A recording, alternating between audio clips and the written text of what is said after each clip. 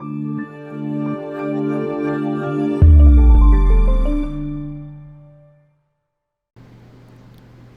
everyone, it's Monday, September 14th, and this is your Monday Market Mashup. I'm Charles Brown, Portfolio Manager with CB3 Financial here in Chicago. We're glad you're with us. It was a really good day in the market for this Monday Market Mashup. We always like it when the market's up when we do one of our videos.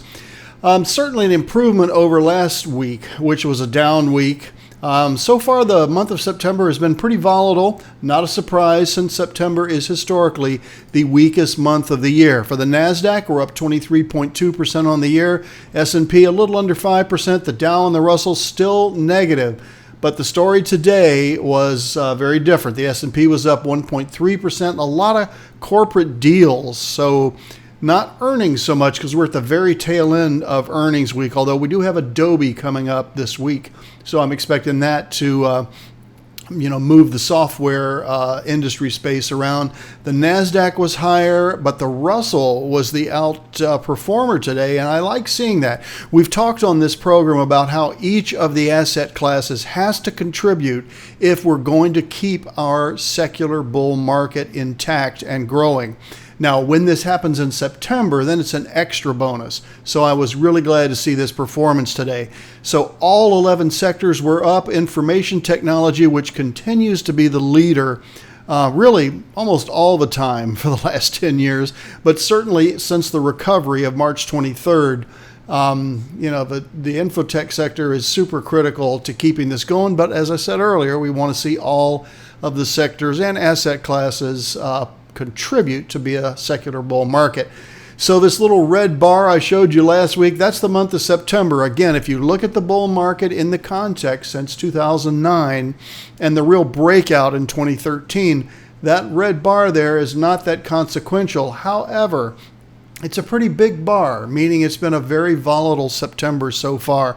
Some of this is just the time of the year. Seasonally, as I've said, September is a weak month, but some of it's the political chatter.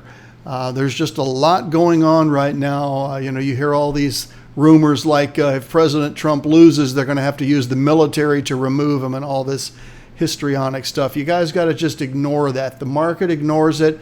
I ignore it. You guys need to ignore it too. I talked to a client today that wanted to go to 35, 50% cash, and I managed to talk him back. At least for a short time, and that's simply because I don't think it's the time for that. I think that we are going to see a really strong third quarter GDP when those results are released in the month of October.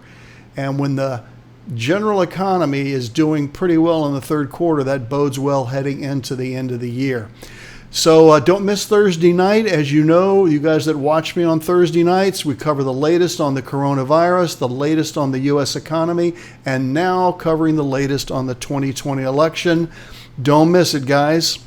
For those of you that have not subscribed to us yet, please do that on YouTube. We publish 2 days a week.